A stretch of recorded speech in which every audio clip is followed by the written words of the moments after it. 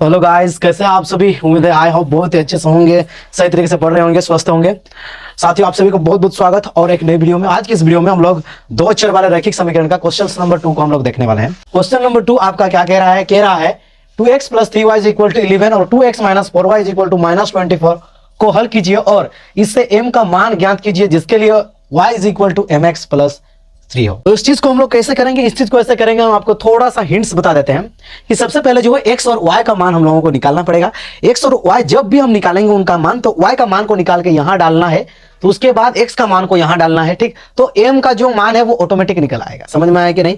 और भाई गर्म तो बहुत ज्यादा है, बहुत ज्यादा गर्म है यार, इधर बहुत ज्यादा गर्म। वैसे तो फैन है ही नहीं, देख सकते हो, मतलब हाल पूरा आपका बिगड़ जाएगा, ठीक। तो देखो दोस्तों, जरूर वीडियो पे बने रहेंगे और हम लोग अभी सॉल्व करने वाले हैं इनको। देखो फटाफट इनको सॉल्व करने के लिए हम लोग कोशिश करते हैं कि दिया गया है कि 2x + 3y = 11, तो इसमें हम लोग x निकालेंगे, ठीक है। तो हम लोग क्या लिखेंगे, हम लोग लिखेंगे प्रथम समीकरण से, ठीक है ना। प्रथम समीकरण से क्या प्रथम समीकरण आपको मुझे बताओ। 2x + 3y = 11, ठीक है। x = कितना हो जाएगा, सॉरी आप एक एक चीजें करो, एक एक चीजें करने से आसान हो जाएगा, ठीक है। तो 2x = कितना हो जाएगा 11 घटा में 3y। यहाँ पे समझ में आएगा, ये +3y तो उधर लेके गया मैंने, -3y में बदल गया, ठीक है। तो x = कितना हो जाएगा 11 घटा में 3y और y में कितना, y में 2। यहाँ पे क्या हो गया, समझ में आया कि नहीं, क्योंकि ये जो 2 गुना करके था उधर चल गया आपका, वो बटा में बदल गया, ठीक है। अभी आप लोग क्या लिख लीजिएगा, अभी आप लोग लिख लीजिएगा, ठीक है, x का मान को दूसरा समीकरण में प्रयोग करने पर, तो अभी हम लोग लगा देंगे यहाँ पे दूसरा समीकरण में हम लोग इस चीज को लगा देंगे। तो दूसरा समीकरण क्या है, देखो ना कि 2x - 4y = -24, ठीक है। तो हम लोग लगा देंगे दिस इंप्लाई दैट 2 × x के लिए कितना 11 घटा में 3y और बटा में 2 माइनस में 4y = -24, ठीक है। तो आप इनको अगर 2 के साथ मल्टीप्लाई कर रहे हैं तो 2 कैंसिल हो जाएगा, ठीक है। तो यहाँ पे बचा कितना 11 घटा 3y माइनस में 4y = -24, ठीक है। तो ये जो 11 है उसको उधर लेके चलो बेटा, -3y माइनस में 4y = -24 माइनस में 11। यहाँ पे समझ में आया कि नहीं, प्लस करके था उधर चला जाएगा, माइनस हो गया, ठीक है। तो माइनस आपको पता है कि -3y और माइनस जो 4y का माइनस ही तरफ चले जाएगा, ठीक है। तो -4 - 3 कितना हो जाएगा, -7y = 4 एके में 5 और 2 एके में 3 -35, minus cancel. This imply that 7y = 35, ठीक है। तो लिख दीजिएगा y = 35/7, कि किस लिए ये तो मैंने बता दिया। 7 5 कितना होगा मेरा भाई, 7 5 कितना होगा, 7 5 35, ठीक है। समझ में आया कि नहीं। तो y = कितना आया, y = आपका 5 आया, ठीक। तो अभी आप लोग लिख लीजिएगा डायरेक्ट कि y का मान को किसी भी समीकरण में, ठीक है, किसी भी समीकरण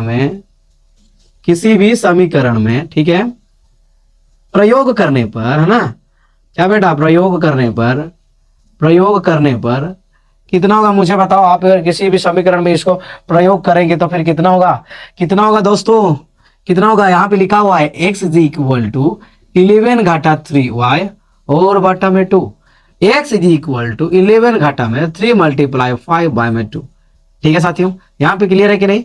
तो 3 5 कितना हो जाएगा 15, 11 घटा में 15 और बटा में 2, ठीक है ना। 11 से 15 जाएगा तो होगा कितना आपका, 4 होगा बेटा, कितना होगा, 4 होगा, ठीक है। -4 बाय में 2 कर दीजिए, 2 दूने 4 तो -2 आ गया। कितना आया बेटा, आप मुझे बताओ कि सर -2, ठीक है। तो x = वैल्यू कितना, -2, y = वैल्यू कितना है, 5 है। अभी हम लोग यह जांच करेंगे, ठीक है। तो हम लोग क्या लिखेंगे, इससे m का मान, ठीक है, m का मान y = mx + कितना 3, ठीक है बेटा। आप अगर y जगह में अभी 5 डालोगे तो 5 = m × -2 प्लस में 3, ठीक है बेटा। समझ में आ रहा है कि नहीं।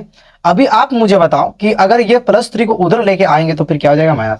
तो 5 - 3 = कितना हो जाएगा बेटा, कितना हो जाएगा, यहां से थोड़ा सा हम डिवाइड, 5 - 3 = m × कितना हो जाएगा, -2m, ठीक है बेटा। समझ में आएगा नहीं। तो 5 से 3 अगर जाएगा आपका बचेगा कितना, आपका 2 बचेगा, कितना बेटा बचेगा, 2 बचेगा, ठीक है। 2 = -2m, ठीक है। या फिर आप इस चीज को ऐसे लिख सकते हो, कि -2m = 2, ऐसा भी लिख सकते हो, ठीक है बेटा। और m इज इक्वल टू 2 और y में -2, 2 एक m 2 तो -1 कितना बेटा आपका -1। तो m इज इक्वल टू आया कितना -1, तो लिख दीजिएगा लास्ट में अतः m is equal to -1। Clear है कि नहीं, क्लियर है कि नहीं। एवं x is equal to -2, y is equal to 5, last में इतना चीज लिख दीजिएगा। ठीक, क्लियर है कि नहीं साथियों। देखो बेटा आप सभी को वीडियो पसंद आया कि नहीं मुझे तो नहीं पता, लेकिन लाइक सब्सक्राइब जरूर कर दीजिएगा। और एक चीज हम आप लोगों को बताना चाहेंगे, बहुत ही महत्वपूर्ण बात है, लास्ट में बताना चाहेंगे क्योंकि समय भी काफी कम है। ऑफलाइन और ऑनलाइन में पढ़ाना सबसे दिक्कत कौन है आप मुझे बताओ। मैं आपको बता रहा हूं साथियों, ऑनलाइन में आप अगर पढ़ाइएगा ना तो फिर बहुत आपको अच्छा लगेगा, भले ही आपका पैसा ना मिले उससे कोई मतलब ही नहीं है, ठीक है, लेकिन आप लगातार हार्ड वर्किंग करोगे तो आपको कहीं ना कहीं सक्सेस मिलेगा ही मिलेगा बाद में। लेकिन ऑफलाइन की बात करें तो साथियों कई सारे आपको बात सुनना पड़ता है, ठीक है।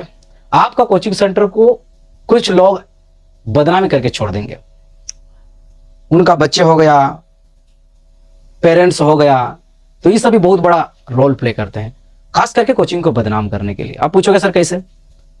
देखो बेटा जो भी इस कोचिंग सेंटर में आते हैं वे क्या करते हैं, सबसे पहले पढ़ते हैं, ठीक है। पढ़ने के बाद जैसे ही कुछ दिन हो जाता है वैसे ही छोड़ने के लिए कुछ ना कुछ बहाना ढूंढते रहते हैं। बहाना ऐसा ढूंढते हैं कि कोचिंग का टीचर को अपमान करो, कोचिंग का टीचर को बदनाम करो, या फिर आप उस कोचिंग को ही बदनाम कर दो, या फिर आप दूसरा किसी बच्चा को ही भड़का दो, है ना। बच्चों को दे दीजिएगा आप अगर कुछ होमवर्क, बोल दीजिएगा कि कल आप होमवर्क बना के लाइए, लेकिन बच्चा करने के लिए नाराज। दूसरा दिन जब बच्चा आता है उनको अगर आप लोग पूछिएगा कि ठीक है बाबा मुझे बताओ ना a+b का होल स्क्वायर वाला फॉर्मूला क्या है, कल तो मैंने आपको दिया था, वो बच्चा क्या कहता है मालूम है आप सभी को कि सर हम याद नहीं कर पाए। ठीक है बेटा, अगर आप उनको ना तोड़ तोड़ करके भी समझाएंगे ना समझ जाएगा, लेकिन भूल जाएगा, 2-3 दिन के बाद वो भूल जाता है। बात यहां पे समाप्त नहीं होता है साथियों, अगर वो याद नहीं कर सकता है वो वहां पे टीचर का गलती नहीं है, पेरेंट्स का भी बहुत बड़ा गलती है वहां, ठीक है। पेरेंट्स ना बच्चों को गाइड करता है ना ही और कुछ, जैसे ही बच्चा घर जाता है वैसे ही कॉपी पेन सब फेंक के खुद का काम खुद कर लेता है। पेरेंट्स आके आपको सुनाएगा कि मेरे बच्चों को आप पढ़ा नहीं सकते हैं, ठीक है। और वैसे तो कोचिंग का जो फी होता है वो भी तो लेट में देते हैं, है ना, उससे उतना ज्यादा दुख नहीं लगता है। लेकिन जो कोचिंग को बदनाम करके ये लोग चाहते हैं कि हाँ वहां पढ़ाई अच्छे से नहीं होता है ना, इसको बोलेगा उसको बोलेगा, साथ ही साथ वो टीचर अच्छे से नहीं पढ़ाते हैं। अरे भाई आपने ही तो मुझे बोला था पढ़ाने के लिए, हाँ आपने ही तो हमको रखा था पढ़ाने के लिए बच्चों को। हाँ जब बच्चा अभी जा रहा है तो उसको क्वेश्चन क्यों नहीं पूछते हैं, ये क्वेश्चन कि आपने उस कोचिंग सेंटर में आपको मैंने पढ़ाया, इतना 1000 रुपया मैंने खर्च किया, तो आपने उस कोचिंग सेंटर से क्या याद किया, ये चीज तो आप उनको नहीं पूछते हैं। हाँ यहाँ पे दोस्त किसका है, टीचर का, दोस्त किसका है, कोचिंग सेंटर का। अरे बकलोल कहीं के, इसीलिए तो हम कहते हैं भाई, है ना, ऑफलाइन कोचिंग सेंटर को जुहार, ऐसे वाला कोचिंग सेंटर मुझे नहीं चाहिए, ठीक है। भले ही आप ऑनलाइन में पढ़ाइए बहुत अच्छा है भाई, लेकिन ऑफलाइन में ये जो पेरेंट्स होते हैं ना सब नमक हरामी होते हैं। अब पेरेंट्स का ही बहुत बड़ा गलती है, हम तो बता दिए ना, बच्चों को गाइडेंस करते हैं ना कि कुछ और दोस्त शिक्षकों का। ऐसा कोचिंग को हम धिक्कार करते हैं भाई। जिंदगी में बहुत पैसा कमा लेंगे लेकिन हम ऐसा सह नहीं सकते हैं, कोचिंग सेंटर का बदनामी, टीचर का बदनामी, हाँ बाद में दूसरा कोचिंग सेंटर भेजिएगा और इसी कोचिंग को बदनाम करके ना, ऐसा कभी जिंदगी में मत कीजिए, हम आपको बता रहे हैं। जो कोई भी पेरेंट्स देख रहे हैं मेरे वीडियो को शायद उन सभी को बहुत बुरा लग रहा होगा भाई, तो बुरा लगेगा ही लगेगा, क्योंकि आप सभी का गलती है, हम लोगों का गलती नहीं है। हम लोगों का बस पढ़ाना ही पढ़ाना है। नहीं समझेगा पूछेगा बच्चा, नहीं समझेगा हम लोग उनको समझाएंगे, लेकिन आप ही लोग क्या कर रहे हैं, आप लोगों का कर्तव्य निभा रहे हैं क्या? हाँ यही तो सबसे बड़ी गलती कर रहे हैं आप लोग, ठीक है। तो साथियों बात तो बहुत ज्यादा है, लेकिन क्या करें, ऐसे ही सिचुएशन हम लोगों का। 2 नंबर का क्वेश्चन नंबर 3 हम लोग बहुत जल्दी बनाएंगे, ठीक है। वीडियो काफी लंबा हो गया शायद, तो कैसा लगा आप सभी को वीडियो? अगर वीडियो पसंद आए तो लाइक सब्सक्राइब जरूर कर देना मेरे प्यारे साथियों, और मिलते हैं नेक्स्ट एपिसोड के साथ। तब तक के लिए आप सभी को दिल से बाय।